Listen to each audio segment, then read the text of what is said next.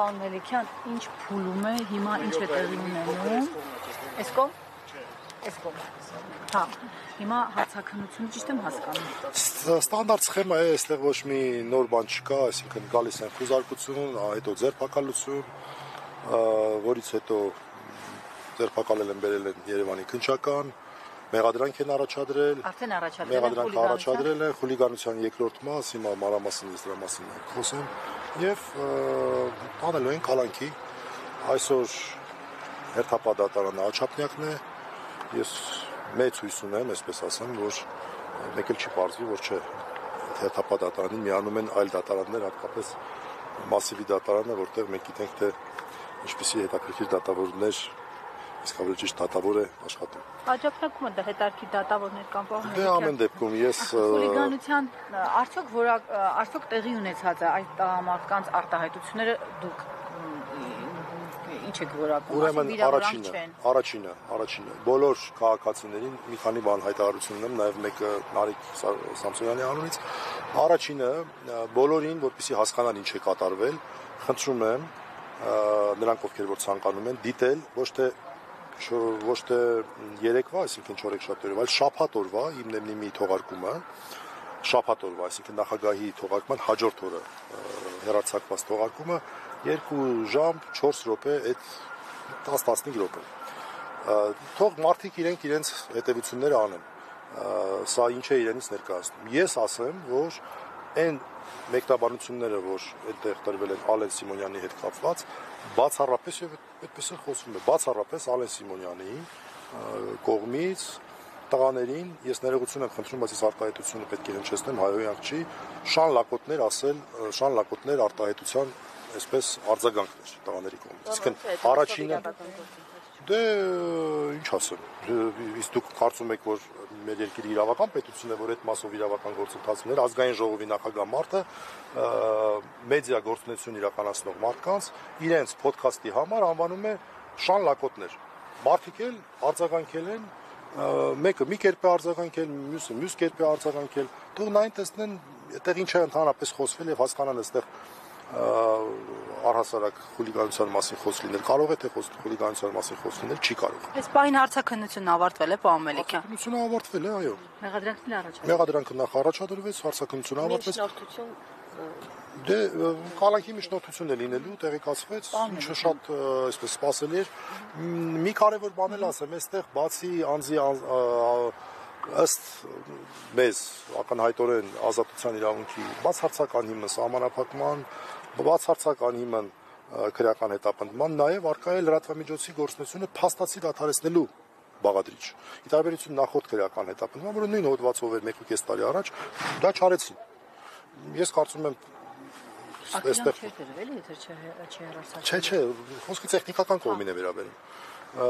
Արդեն մամուլից կարծում եմ դուք տեղյակ եք, որ ողջ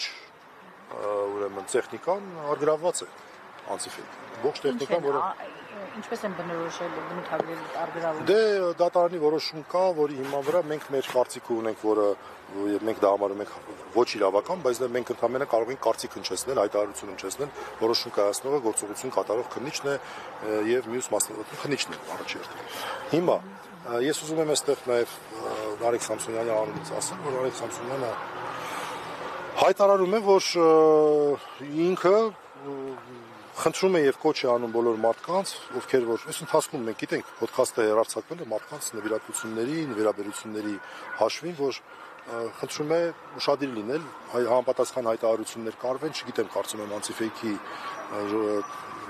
աշխատակիցները կանեն, գուցե ես անեմ, այս բանը չեմ կարող ասել, բայց չպետք է իրենք իրենց նպատակին հասնեն եւ անցիֆեյքը իր գործունեությունը դադարեցնի։ Տեխնիկական խնդիր կա այստեղ լուծելու, նյութական մաս կա։ Պարոն Մելիքյան, այս տղաների հնչեցած արտահայտությունը դուք որպես իրավաբան ինչ եք գնահատում։ Ես նաև որպես պաշտպան։ Ես որպես Նարեկ Սամսոնյանի պաշտպան ինձ թույլ եմ տալիս գնահատել Նարեկ Սամսոնյանի արտահայտությունները։ Նարեկ Սամսոնյանը առաջին որևէ հայհոյակ չի հնչեցրել եւ նրան չի մեղսագրվում։ Նարեկ Սամսոնյանը երկրորդ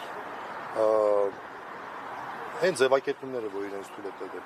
ուղղակի չի կարող անպարկեշտ արտահայտություն իմ համոզմամբ ուրեմն որակվել եւ ինչ էլ որ ասել են նորից եմ ասում սա է կարեւորը խուլիգանության համար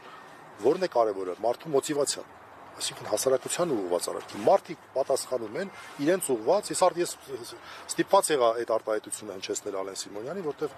մարդիկ պետք է հասկանան ինչին են արձագանքել դուք պատկերացրեք մարդկանց ազգային ժողովի նախագահը նման արտահայտություն է անում բա ինչ են ուզում այսինքն իրենք կարող են ցանկացածին վերջի ձևով ամենավերջի բաները ասեն մարդու ինքնասիրության հարց է սա Այսինքն վիրավորանք է կարող եք դիտարկել բայց ոչ խուլիգանություն իրենց կողմից Իմ պատկերացմամբ օրինակ Ալեն Սիմոնյանը շատ է սիրում կարող է մտնել քաղաքացիական դատավարության կարգով այդ ժամանակ դատավարություն կլիներ դատարանը կպարզեր քաղաքացիական կարգով թե